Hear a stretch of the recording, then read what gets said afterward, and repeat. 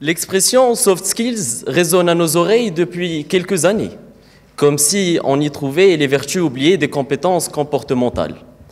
Au premier rang d'entre elles, on nous cite souvent l'esprit critique, qui pour moi peut être défini comme étant un sifflet continu qui nous invite à user de nos habiletés de réflexion, une sorte d'éveil permanent, un appel à la recherche du vrai. Mesdames et messieurs, comment allez-vous? J'espère que vous vous portez bien. En ce beau jour et en cette salle qui à chaque fois m'émerveille, mes consoeurs et moi allons parler. Nous allons causer, mais surtout vous convaincre de notre thèse. Comme je l'ai cité avant, la critique est chose essentielle, voire indispensable, étant donné que cette dernière nous pousse à progresser, à croître et à aller de l'avant.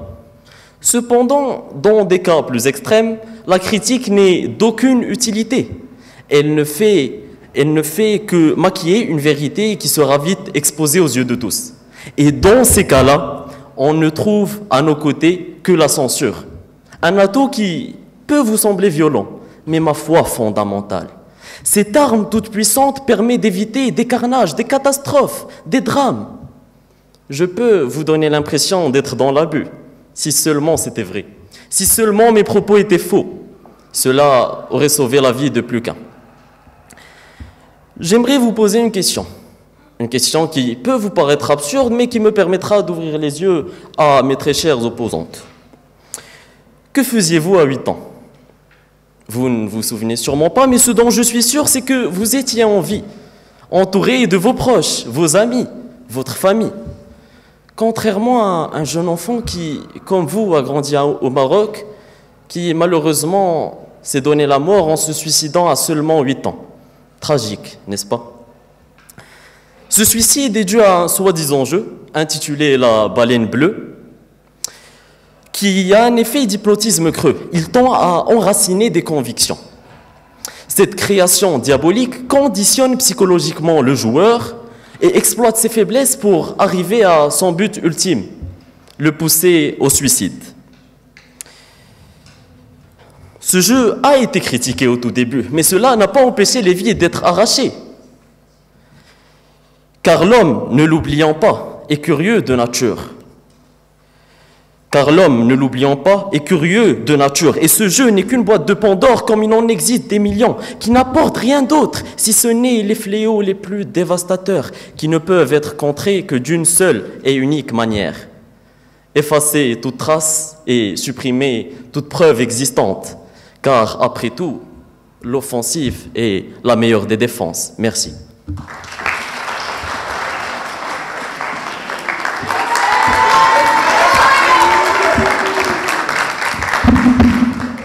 Bon, avant tout, j'aimerais rebondir sur vos dires. En ce qui concerne le jeu de la baleine bleue, tout est question d'éducation, non pas de censure. Maintes sont les enfants qui ont joué à ce même jeu, mais dont le sort n'était pas le suicide. Du coup, je ne trouve pas cet argument vraiment valable. Bon, bref. Un peu comme le diable, évanescente dès qu'on veut la saisir, bien matérielle pourtant par la trace de ses actes. Comme le diable, elle nous fait croire qu'elle n'existe pas.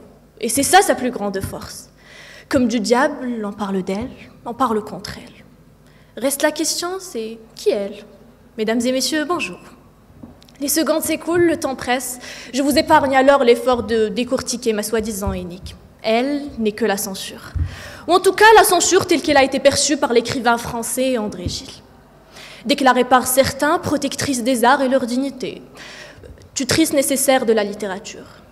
Tandis que pour d'autres, ce ne fut qu'une entrave à la liberté d'expression et à la créativité qu'il fallait absolument abolir. Sans que je vous le dise, vous pouvez certainement conjecturer que ce concept polémique a fait couler avec abondance l'encre de maintes écrivains et penseurs. En se tenant face à vous aujourd'hui, chère assemblée, j'opte pour la simplicité.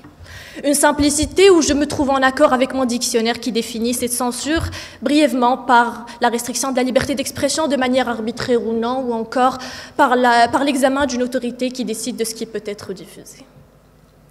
C'est étonnant.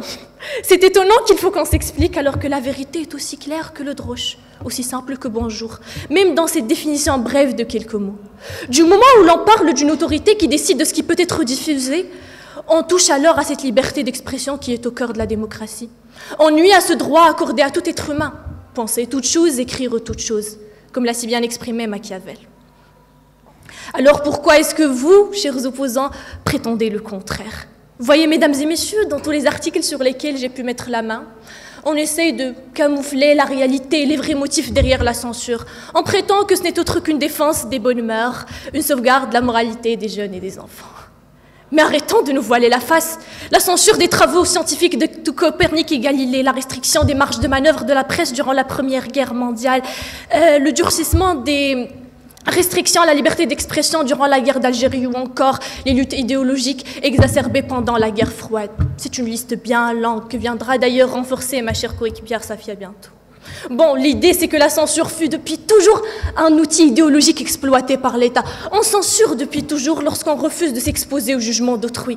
On censure depuis toujours lorsqu'on essaie de camoufler la vérité. On censure depuis toujours lorsqu'on refuse de donner prise à la critique. Voilà alors notre deuxième mot-clé qui surgit, la critique. Notre remède à cette entrave de la liberté nommée censure. Le simple fait de discerner les qualités, les défauts, l'exactitude ou encore l'authenticité d'une œuvre. Bon, sans que je ne replonge dans ce bain d'informations sur la critique et la censure, pour éviter un rythme monotone et ennuyant, j'opte plutôt pour une mise en situation. Disons, vous assistez à un cours durant lequel votre enseignant les paroles de votre enseignant vous mettent mal à l'aise. Intervenez alors, exprimez votre malaise. Ou vous assistez à une conférence pendant laquelle les dires avancés par le conférencier ne s'alignent pas vraiment avec vos idées. Profitez alors de la période de questions afin d'exprimer votre désaccord. Ou vous tombez sur un post dans Twitter ou un article dans un magazine qui s'oppose à vos principes. Écrivez alors une lettre à l'auteur de cet article, commentez sur ce post et extériorisez votre divergence. Ou encore vous regardez un film ou une série qui nuisent à vos principes et à vos bonnes mœurs. Maintenant, les plateformes sur lesquelles vous pouvez publier une critique du film et qui sera non pas bénéfique pour vous, mais aussi pour l'amas de personnes qui y jetteront un coup d'œil. Mais imposer des dogmes en censurant les opinions qui nous choquent et avec lesquelles on est en désaccord, navré, je suis de vous l'annoncer, mais laissez immanquablement entendre que vous ne pouvez défendre vos propres idées. Laissez immanquablement entendre que vos propres idées ne sont guère convaincantes. Laissez immanquablement entendre que vous avez besoin du recours à l'interdit et à la force afin de s'imposer. Ou au moins vous croyez avoir pu s'imposer. C'est désolant. C'est désolant de vous voir défendre un concept qui nuit à la réflexion et entrave le débat. Comment espérez-vous qu'on évolue alors en tant qu'individu, en tant que groupe? Comment espérez-vous qu'on puisse distinguer le bien du mal, le vrai du faux, si l'on s'enferme dans ce monde où la médiocrité et l'intolérance font l'unanimité? Si l'on viole l'autre de son droit à la parole tout en vivant dans le mensonge que les seuls travaux, que les seules œuvres acceptables sont ceux que ces personnes en position de pouvoir jugent être conformes à des critères soi-disant moraux, des critères sur lesquels, en tout cas pour nous, s'inscrit un grand point d'interrogation, qui est l'aveu d'impuissance qui ne fera et d'ailleurs ne pourra que miner vos positions et vos idées. Merci.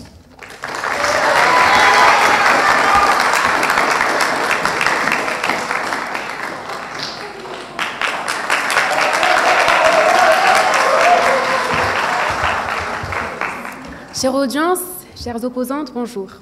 Lorsqu'on est manipulé par un jeu, il n'est plus question d'éducation. Et si je vous disais que je n'ai pas envie d'écouter, pas envie de comprendre, que je veux à tout prix défendre une liberté d'expression abusive sans écouter ce que vous avez à me dire, vous seriez très probablement surpris et vous ne comprendrez pas pourquoi mon entêtement persiste. C'est pourtant ce que nos opposants défendent, une position où il faut s'accrocher à une opinion fausse et la défendre pour refuser la censure injustement. Beaucoup pensent que la liberté d'expression est une valeur absolue en démocratie. Alors qu'elle croit délégitimer la censure, elle ne fait en réalité que s'interdire de la comprendre. Alors, messieurs, dames, tentons de comprendre cette censure tous ensemble. Tout d'abord, ne soyez pas effrayés par cette pratique et ne la refoulez pas sans en connaître la réelle signification. Vous rappelez-vous du mouvement anti-2010 apparu en France en 2021? C'était, pour ceux qui ne le savent pas, une vague de haine et d'insultes adressée envers les enfants nés pendant l'année 2010, qui a d'abord commencé sur les réseaux sociaux pour s'aggraver au fil du temps et finir en harcèlement moral et physique dans les collèges français. Plusieurs enfants ont souffert Plusieurs enfants ont subi une maltraitance physique abominable qui s'est traduite sur leur corps par multiples bleus et blessures, sans omettre leur côté moral qui a dû énormément en souffrir. Tout ceci, toute cette violence envers ces petits êtres aurait pu être évitée si la censure du contenu haineux sur les réseaux sociaux avait été appliquée. Mais bien évidemment, tout le monde a choisi de passer sous silence ces propos offensifs envers ces jeunes gens, et ces derniers ont dû souffrir de cette négligence majeure. Maintenant que vous avez saisi la réelle signification de la censure, il est grand temps de passer à autre chose. Vous n'êtes pas sans savoir que des propos tenus en public peuvent acquérir une valeur nouvelle. Par exemple, dire en privé d'une personne qu'elle est stupide et qu'elle ne mérite pas de vivre est odieux, mais le dire à la télévision devient dangereux. Une loi peut alors s'avérer nécessaire pour l'interdire. Imaginons que vous lisez un livre. Le début vous passionne, mais plus vous vous immergez dans cette lecture, plus l'auteur tient des propos racistes, discriminatifs envers un groupe de personnes particulier. Vous ne serez évidemment pas le seul à lire ce livre. Imaginons que d'autres personnes, beaucoup plus influençables que vous, s'immergent dans cette lecture et deviennent peu à peu convaincus par les idées que prône ce livre. L'appel à la haine véhiculé fera effet, s'en suivront actes de violence, de haine envers ce groupe de personnes visées. Ici, pensez-vous sincèrement qu'une petite critique réussira à faire l'affaire, qu'elle réussira à faire taire cet appel à la haine? Je crains que non. La censure est plus que nécessaire. Et en refusant cette pratique, c'est la vie des personnes discriminées dans ce livre que vous mettez en danger. Et donc, si vous continuez à faire taire la censure injustement, quitte à exposer ce groupe de personnes à la haine et à la violence, c'est que vous avez un problème. Messieurs, dames, imaginons que vous soyez parents. Votre priorité ne serait-elle pas votre enfant et son éducation? Ne seriez-vous pas soucieux du contenu qu'ils consomment? Nous savons tous que les œuvres consommées par les enfants, que ce soit livres, dessins animés ou films ou autres, influent énormément sur leur éducation, comportement et idéologie. Seriez-vous prêt à risquer l'éducation de votre enfant et sa santé mentale pour refuser la censure injustement? Prenons l'exemple de l'impact de la série Squid Game sur les enfants l'ayant visionnée. C'est une œuvre télévisuelle certes très réussie, mais au contenu non approprié pour tout individu de jeune âge. Et les enfants l'ayant visionnée ont essayé de reproduire ces jeux très brutaux au sein de leur cours de récré. Des professeurs alertent les parents dans les cahiers de liaison que, je cite, « Des élèves s'amusent à 1, 2, 3 soleils qu'ils refont en version « Quand tu bouges, je te tue ». Ils reproduisent la série Squid Game, distribuent des numéros, jouent et ceux qui perdent sont tapés. » Fin de citation. Le 14 octobre 2021, un collégien toulousien a été gravement frappé par ses camarades en jouant à ce 1, 2, 3 soleils revisité. En Belgique, c'est au tour d'une fille de 11 ans d'être fouettée par ses camarades au sein de sa cour de récré. Ici, il ne s'agit évidemment pas de censurer cette série, puisque l'on était bien conscient et averti que ce n'était pas adressé aux enfants. Ce qu'il faut tirer de cet exemple, c'est l'impact que peut avoir un contenu non approprié sur les enfants si celui-ci n'a pas été contrôlé avant sa modération. Et donc, il faut être très vigilant. La censure ici va servir à filtrer le contenu auquel les enfants sont exposés. Merci.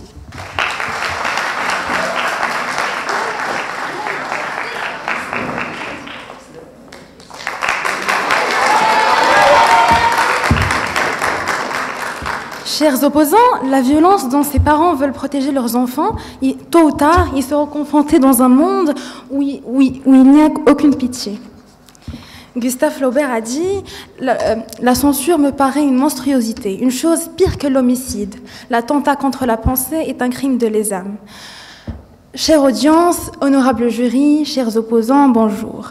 Aujourd'hui, les sujets qui fâchent se multiplient. Un mot de trop, compris de travers, et voilà son auteur traité de raciste, homophobe, blasphémateur, misogyne et j'en passe. Porté par la puissance des réseaux sociaux, la volonté de censurer revient en force. Certaines œuvres ont été interdites, brûlées, détruites même en même temps que leurs auteurs. Certaines œuvres ont ainsi disparu, corps et bien, pour des raisons qui défient toute démocratie et soi-disant liberté d'expression. Rétrospectivement, pourtant, on s'étonnerait. Pourquoi vouloir interdire l'art d'Aimé d'Ovide, l'encyclopédie de Diderot, l'Émile de Rousseau ou encore les fleurs du mal de Baudelaire? Au nom de quoi? De la protection de la religion, du pouvoir, des bonnes mœurs peut-être? Navré de vous décevoir, mais ces combats semblent plutôt vains, car la censure n'est que le reflet de nos peurs, nos humeurs et notre incapacité à regarder la réalité en face.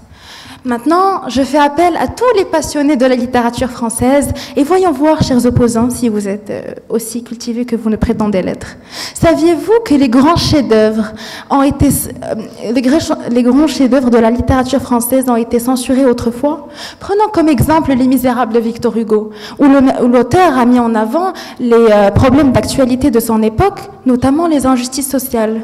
Ou encore Les Fleurs du Mal de Baudelaire. En 1857, la direction de sûreté publique a saisi le parquet pour délit d'outrage à la morale publique. Verdict, 6 pièces de son ouvrage ont été supprimées. Et puis, qui ne connaît pas le conte d'Alice au Pays des Merveilles? Me croirez-vous si je vous disais qu'il fut un temps censuré à cause des animaux qui parlaient et du fait d'ainsi de les mettre au même pied d'égalité que les humains?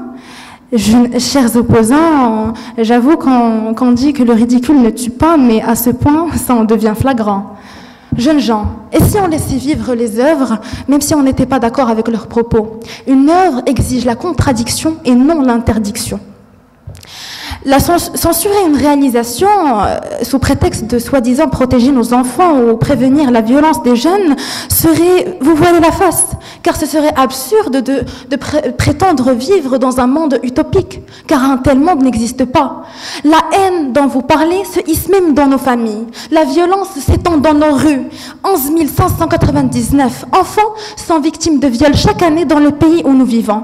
Alors, chers opposants, réveillez-vous, car le mal a existé, existera toujours. Alors vaut mieux tenir cet être responsable et doté d'intelligence, cet être qu'est l'humain, qui est doté d'intelligence, responsable de ses actes et maître de ses choix, dans un monde que lui, vous ne pourrez jamais censurer.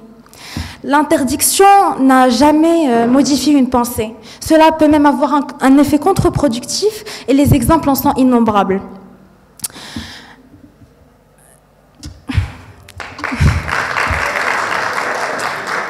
Il est nécessaire de s'éduquer, même et de autrui à s'éduquer, convaincre l'autre, tenir à des principes, mais cela ne se fait en aucun cas par voie de prescription ou d'interdiction.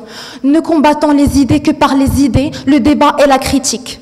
Et puis, ce que vous ignorez, chers opposants, c'est que la censure ne fait que renforcer la victimisation de la personne censurée en question et le conspirationnisme, surtout dans des temps où la parole des autorités est rudement mise en question. Car certains penseront que s'ils veulent nous faire taire, c'est qu'ils savent que nous avons raison. Et d'autres diront, pourquoi c'est à eux de décider de ce qui doit être censuré et de ce qui ne doit pas l'être? Ne sommes-nous pas sur le même pied d'égalité selon la Déclaration des droits de l'homme en termes de liberté d'expression de 1789, où n'est-ce que des paroles? Et là, devant ce chaos, chers opposants, je vous assure que vous ferez moins les fiers de voir vos enfants naître dans un monde où régnera la polémique. Et puis, finalement, n'oubliez pas qu'un jour, on censurera pour le soi-disant bien de la société, mais le lendemain, on censurera pour protéger un intérêt privé. Et là, on basculera vers un État totalitaire où la liberté d'expression est supprimée et où la propagande massive est appliquée. Merci.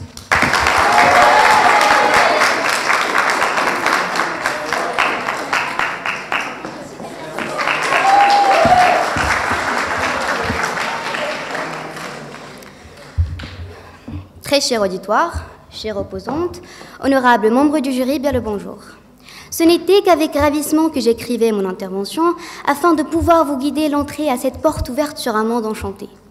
Un monde de réalité qui met en lumière la censure aussi protagoniste qu'antagoniste du débat d'aujourd'hui.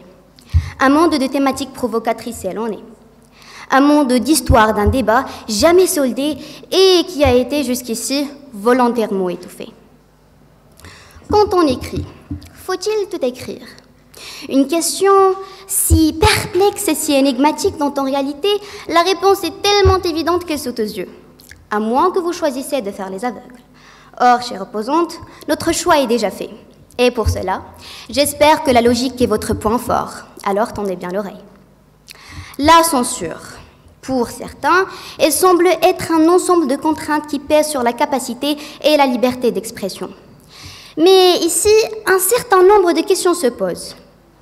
Où commence cette liberté, assimilée par certains à un droit? Où finit-elle? Avant de s'attaquer aux réponses, plongeons d'abord dans la découverte des nombreuses raisons de la nécessité de la censure. Cette dernière a pour but de protéger tout individu de notre société de toutes sortes de violences, discriminations ou de tentatives d'incitation à la haine qui sont le fait de pousser par son attitude un tiers à maltraiter certaines personnes en raison de leur religion, origine, sexe ou alors orientation sexuelle. En mots brefs, c'est une infraction punie par la loi. Cependant, comme je disais, la censure vient afin d'assurer la protection d'autrui de toutes sortes de propos contestables ou discriminatoires qui peuvent toucher aux droits ou aux opinions des autres. En outre, cette force robustesse vient afin de limiter la liberté d'expression absolue, car elle est susceptible de dérogation, comme le reconnaît l'article 10 de la Convention européenne. L'homme. L'homme avec un grand H, gourmand comme il est, ce vilain défaut peut le pousser à vouloir en abuser s'il pense avoir tous les droits, même en cas d'atteinte de la liberté et de la fierté d'autrui. Or, le fait que cette liberté soit encadrée par la loi permet aux hommes d'être égaux en ayant les mêmes droits. D'un point de vue, il est indiscutable que la libre communication des droits et des pensées et des opinions est l'un des droits les plus précieux de l'homme. Tout citoyen a le droit d'écrire, parler et imprimer librement. D'un autre, il est indéfendable qu'un être puisse l'exploiter afin de répondre de l'abus de cette liberté en cas déterminé par la loi. Mesdames et messieurs, ce ne sont nullement mes propres dires, mais ceux de l'article 11 de la Déclaration des droits de l'homme et du citoyen. De surcroît, la censure assure une sécurité indispensable. Tout propos d'une œuvre doivent être encadrés par la loi afin que ne soient pas divulguées des informations haineuses qui pourraient mettre en danger la sécurité de l'État et des citoyens. Cette seconde patrie de la bête humaine, ainsi nommée barbarie, subsiste. Mais elle est le fait de barbares. Et permettre d'exploiter le pouvoir absolu à quiconque d'inciter la haine est elle-même une preuve de barbarie. Du coup, si nous voulions suivre ce que nos chères opposantes défendent, dire oui à la réprobation de la censure dans notre cas, c'est dire oui à la possibilité qu'un être puisse toucher aux droits d'un autre. Malheureusement pour vous, chères opposantes, persistante comme je suis, je ne cesserai guère d'imposer le fait que la censure est et restera nécessaire à la parole quand il le faut. Merci.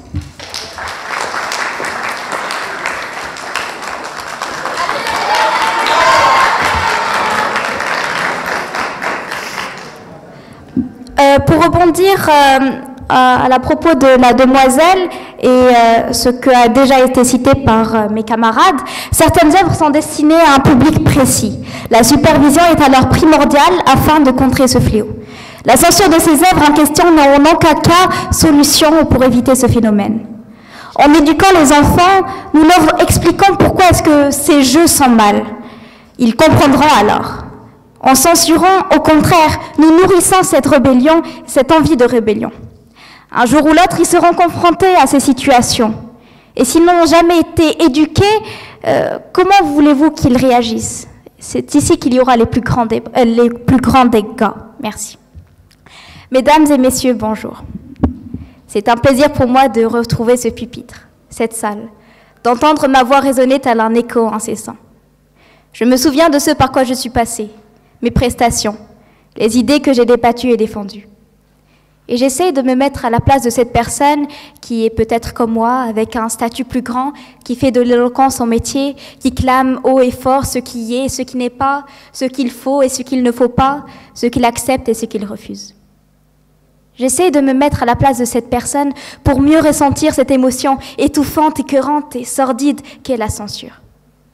Au cours de mon intervention, vous allez le remarquer, mais je me suis focalisée sur les artistes plus que sur les œuvres.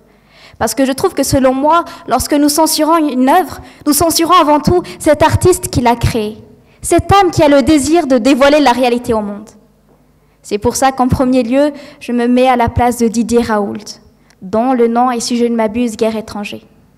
Microbiologiste français, spécialiste des maladies infectieuses, il étudie pendant toute sa carrière toutes les bactéries et les virus complexes. Je pense que sa notoriété médiatique pendant la pandémie du Covid-19 a fait qu'on se souviendra de lui encore longtemps. Mais n'a-t-il pas été censuré de YouTube? N'a-t-il pas été censuré du monde des réseaux sociaux? voire de son propre monde, le monde médical? N'a-t-il pas été censuré juste à cause de ses positions contre les lobbies pharmaceutiques qui, si je vous le rappelle, usaient de l'ignorance des gens, les poussaient à consommer des médicaments pour s'enrichir derrière leur dos? Je me mets à la place de Jamal Khashoggi, dont ce nom vous évoque-t-il quelque chose ou l'a-t-on déjà oublié? Ce journaliste saoudien a été massacré, démembré et torturé. Pourquoi? À cause de son opposition au pouvoir. Mais savez-vous qu'est-ce qui a été le plus cruel dans l'histoire? C'est d'avoir effacé, faire disparaître et volatiliser en un claquement de doigts toute trace de cette personne dans l'histoire. Et pourtant, c'est ce qui est arrivé en Arabie Saoudite. Le Financial Times a rapporté que Netflix avait retiré de sa plateforme saoudienne un épisode critiquant le régime saoudien, et notamment le meurtre de Jamal Khashoggi. Dites-moi, vous, chers opposants qui défendez si bien la censure, quel était son crime? Depuis quand est-ce un crime de dénoncer une violation aux droits de l'homme? Depuis quand est-ce un crime de dénoncer une guerre voilée, masquée et secrète au Yémen après 2 ans de bombardement par l'Arabie Saoudite? Dites-moi enfin quel était son crime? Critiquer un pouvoir? Critiquer une réalité? Je me mets à la place de ces 30 milliers Algériens morts et dont le massacre a été censuré en France. Je me mets à la place de Galilée, mort parce qu'il avait raison, opposant ainsi l'Église catholique. Il a dû... toutes ses hypothèses et tous ses travaux ont été censurés. Il devait même lire un texte dans lequel il avouait ses soi-disant erreurs. À travers l'histoire, de nombreuses personnes ont été censurées parce que leur dire allait à l'encontre de ces idées qui vont contre l'intérêt de ces personnes qui nous manipulent et nous rendent marionnettes. Les médias ne reflètent que les idées qu'ils veulent, qu'ils nous imposent. Nous n'entendons que ce qu'ils veulent qu'on entende. Nous ne regardons que ce qu'ils veulent qu'on regarde. En censurant, nous devenons aveugles, esclaves d'une même idée qu'ils nous imposent. Très cher public, si je vous dis qu'il y a un grand 9 affiché ici, qu'est-ce qui vous dit que ce n'est pas un 6 si quelqu'un ne va pas retourner cette feuille? C'est pour ça que je me mets à la place de tous ces âmes mortes injustement, parce que le monde, je le répète, nous manipule. Enfin, je me remets à ma place, je vous invite à méditer à mes propos et je vous remercie. Merci.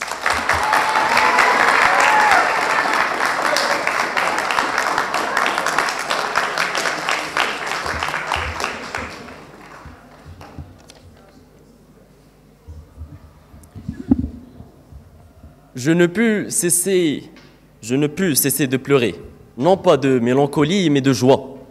Je ne pus cesser de crier, non pas de colère, mais de fierté. Je ne pus cesser de trembler, non pas de peur ni d'angoisse, mais d'euphorie. Car en ces instants purs, inouïs, magiques, si je puis dire, notre pays était sur le point de non seulement marquer son histoire, mais également celle d'un continent tout entier.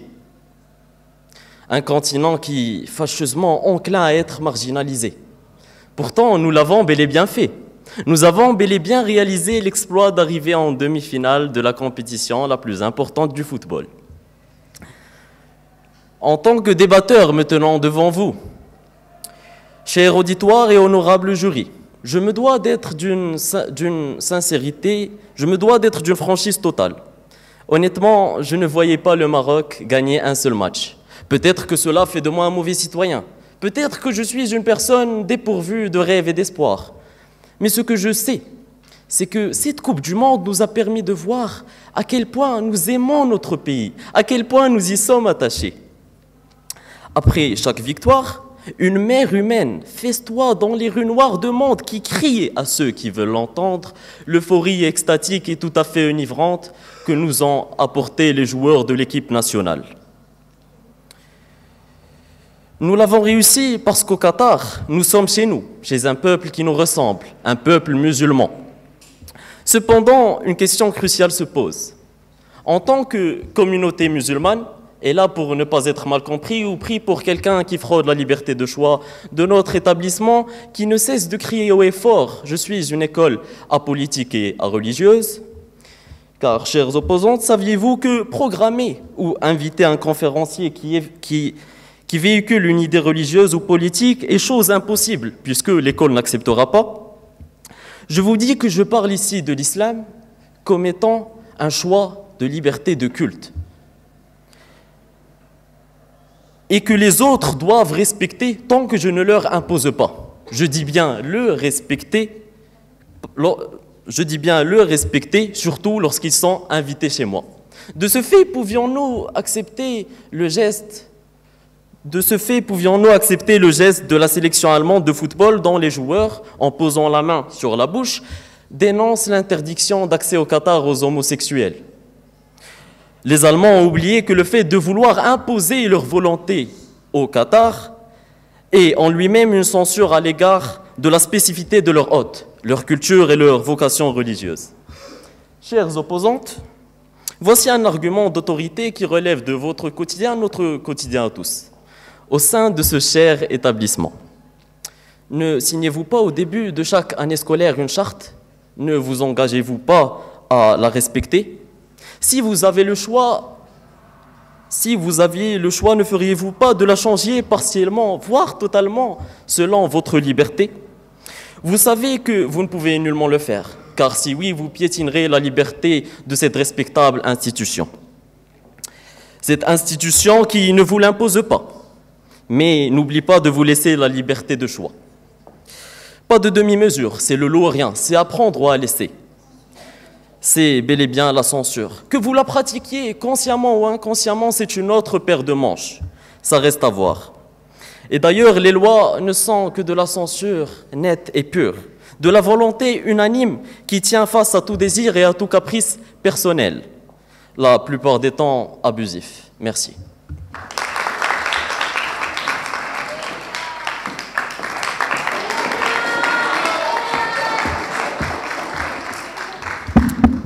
Chers opposants, la charte que vous venez de citer est la censure 9.1. Donc votre argument est invalable. Merci. Quelle amertume de vouloir prononcer, proférer nos propos, théories et idéologies, mais de nous retrouver la voix ôtée, astreint de les ravaler. Quelle aigreur d'espérer et d'escompter tant s'exprimer et s'imposer, mais d'être refréné et réprimé de le faire. N'est-ce pas? Quel chagrin de voir nos cartes brûlées, de ne plus pouvoir voler librement et sans contrainte, car une certaine hiérarchie se décide de s'avérer absurde, ridicule et despote à la fois. Cette dernière qui, au lieu de laisser diffuser une œuvre d'innovation et de créativité, afin d'aboutir aux retours, remarques et critiques de l'opinion publique, un large auditoire dans le but de propulser, se limite plutôt à la censurer, en s'appuyant sur une, deux, voire trois perspectives et voix insensées face à un vaste public assoiffé en quête de connaissances tant désirées. L'ironie du sort. Chère audience, contre-partisans, honorables membres du jury, mes salutations les plus gracieuses. Une œuvre doit être critiquée, en aucun cas censurée. Ainsi citée par mes camarades, la censure est la restriction de toute liberté d'expression faite à tort et à travers. C'est cette haleine immonde et ces griffes noires qui s'attaquent acharnément à l'expression de soi et raison d'être. Mesdames et messieurs, notre équation aujourd'hui est aussi simple que bonjour. La critique face à la censure. D'après moult études menées et recensements effectués, la vérité impose que la censure surgit et fuse dans deux contextes diamétralement opposés principalement. Jugeons et évaluons nos cas de figure alors. Mes chers matheux, nous obtenons une première circonstance. Une première circonstance qui oblige la présence de la censure si l'œuvre porte sur un thème politique et si elle cherche à traiter un ensemble d'options relatives aux affaires cruciales et fondamentales de l'État et du gouvernement, dans le but de sensibiliser et conscientiser, je le souligne encore une fois. Dans le cas échéant, la censure que vous défendez avec tant de ferveur, chers opposants, quitte alors son poste didactique et bienveillant pour se montrer sous son beau jour, ses vraies couleurs, tyranniques, illégitimes et inexplicables. Ceci va alors nous basculer vers notre deuxième hypothèse, notre deuxième condition qui dit que toute œuvre à caractère violent, vulgaire, indécent et inapproprié est condamnée à la restriction et à la censure. Hélas, réveillons-nous et arrêtons de nous leurrer. Mettons fin à ces galéjades enfin. Pourquoi tant d'hypocrisie et pourquoi s'épater tant de ce fléau, ce phénomène dit obscène, alors qu'en réalité il fait partie intégrale de notre vécu quotidien. Qu'on le veuille ou pas, qu'on le nie ou pas, qu'on essaie tant bien que mal de l'estomper, le camoufler, le dissiper, il persistera toujours. Navré de vous décevoir, chers opposants, mais une solution superficielle telle que la censure n'a jamais été remède à une telle mascarade. Il va falloir plutôt enchaîner vers les racines du hic, au lieu de tout simplement essayer d'étouffer les opinions de façon fort injuste. Aussitôt dit, aussitôt assimilé, Mesdames et messieurs, il va falloir admettre que la censure demeurera toujours et à jamais insensée, injuste et inexplicable. Chère assistance, cette fois-ci, permettez-moi avec des breaking news originelles. Et oui, en réalité, la critique est tout le contraire de la censure. La censure est une forme de déni, de maquillage et de leurre. La critique, elle est un signe et billet de développement et d'avancement. La critique est inutile, vous dites? Mesdames et messieurs, ouvrez grand vos yeux et vous le verrez déjà voir qu'en réalité, la critique est légitime, souhaitable et bénéfique. D'où est-ce qu'elle vient en réalité? Car elle seule permet de distinguer, déceler l'erreur, le mensonge de ce qui est vrai et juste. Elle seule permet le rapprochement et l'obtention de la vérité à travers le change d'avis, d'opinion, de conception et de philosophie. Elle seule d'un chemin vers le développement et l'épanouissement. Elle seule nourrit un débat au cœur de toute démarche vers la démocratie, l'égalité, la justice et l'équité. Elle seule a mené vers les grandes découvertes, aux grandes découvertes révolutionnelles à travers l'histoire, telle la théorie de la relativité, la critique marxienne de l'économie politique, et j'en passe. Non la censure qui obstrue tout succès.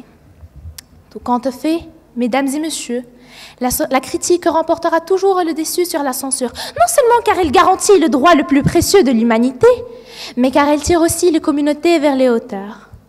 Alors, chers opposants, croyez-vous toujours que la censure, ce danger macabre, soit mieux que la critique, la clé cruciale vers la prospérité? J'imagine qu'on a après ces temps de lumière. Merci.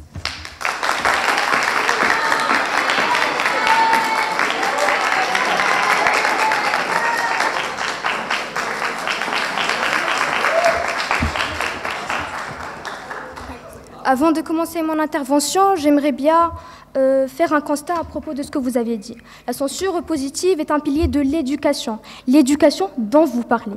On ne peut pas éduquer un enfant à tout faire, à tout dire, n'importe où et n'importe comment. Sinon, on éduque un futur criminel, un dictateur et un assassin.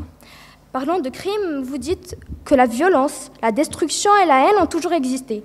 Mais ne pensez-vous pas que si la censure n'existait point, notre monde n'aurait jamais été une jungle encore plus dangereuse et mortelle? De la même manière que la richesse ne peut s'apprécier que parce qu'il y a de la pauvreté, le bonheur parce qu'il y a le malheur, la confrontation à la censure permet d'apprécier la valeur de la liberté d'expression et de garder l'équilibre. La censure a pour objet de réprimer les publications qui font l'apologie des atteintes volontaires à la liberté d'expression et il n'est en aucun cas une atteinte à la liberté d'expression. On est plus libre dans un monde où on n'a pas toutes les libertés que dans un monde où on les aurait toutes et où ils finiront par se manger entre elles. Mesdames et messieurs, tenez bien la chandelle et suivez avec moi. Épousez la mère pour avoir la fille. Quoi de plus pervers? Un beurre universitaire mûr, âgé de 37 ans, je dis bien 37 ans, qui cherche à louer une chambre aux États-Unis, trouve une veuve vulgaire en quête de mari. Elle a une fille de 12 ans, Lolita. Un beurre en tombe fou amoureux et va jusqu'à épouser la mère pour rester près de la toute jeune fille de 12 ans. Cette œuvre pédopornographique, avec ses passages indécents et ses couvertures agissantes, essaie d'insérer au lecteur des idées fausses et absurdes. Celle-ci les insiste à normaliser avec la pédophilie, à adhérer ce malfait et l'accepter. Elle a contribué à donner une image plus que positive de la pédophilie. Le pire, c'est qu'on ne s'est pas contenté de cela. On a même réalisé un film qui dure 2h33 minutes, dont le réalisateur blâme la petite fille. Elle la représente comme étant la petite fille séductrice perverse, dont le but de nier la responsabilité d'adultes coupables. Depuis 12 heures, et les mots se bousculaient, se heurtaient et se poussaient et se heurtaient brutalement. Nos opposants n'ont pas cessé un moment de défendre leurs thèses et leurs propos. Mais n'est-ce pas ce qu'en témoigne au quotidien et le résultat d'une malvoyance qui date d'une éternité, de l'ignorance qui se fut installée et du laisser-aller sous prétexte d'ouverture d'esprit? Malheureusement, notre opposition est la représentation concrète de ceci. Opposantes, vous refusez d'admettre l'utilité énorme de la censure. Vous refusez d'adhérer au fait que la censure est une arme qui combat les méfaits de l'être humain et ses idées barbares, hostiles et sauvages. Vous essayez de nous convaincre que critiquer l'œuvre Lolita pourra lutter contre le mal que celle-ci cause à notre société. Cette obscénité n'aidera guère à enrayer la vraie visée de celle-ci. Donc je dis non et je dis non. La censure est la solution adéquate et unique pour lutter contre cette monstruosité. Si vous censurez ses œuvres, c'est que vous sauvez des milliers de vies. Si vous censurez ses œuvres, c'est que vous protégez la société d'un mal atroce. Si vous censurez ses œuvres, c'est que vous empêchez la propagation de la pédophilie, de la violence, du terrorisme, et j'en passe. La censure ne touche ni à votre liberté, ni à votre dignité. Lorsque celle-ci est utilisée justement, elle devient une protection contre les appels à la haine, les actes dangereux et la médiocrité. À moins que vous ne vouliez ignorer la voix de la raison. Accepteriez-vous encore de défendre l'indéfendable? Accepteriez-vous encore de refuser la censure? Philippe Breton a dit « La manipulation consiste à construire une image réelle du réel qui a l'air d'être le réel. » Fin de citation. Sachez qu'il existe un principe qui s'appelle la manipulation mentale ou manipulation psychologique. C'est en psychologie une méthode délibérément mise en œuvre dans le but de contrôler ou influencer la pensée, les choix, les actions d'une personne via des méthodes utilisées qui faussent ou orientent la perception de la réalité de l'interlocuteur. Imaginons un humain confronté à l'une de ces œuvres, qui utilise cette manipulation structurée, une vraie préméditation. Pourrait-il ne pas la subir pour la simple raison qu'on la lui critique et qu'il soit en mesure de faire la part des choses? Il ne peut pas. Il n'a plus le contrôle sur lui. La manipulation ne lui laisse pas cette chance. Donc halte à la censure et halte à la censure.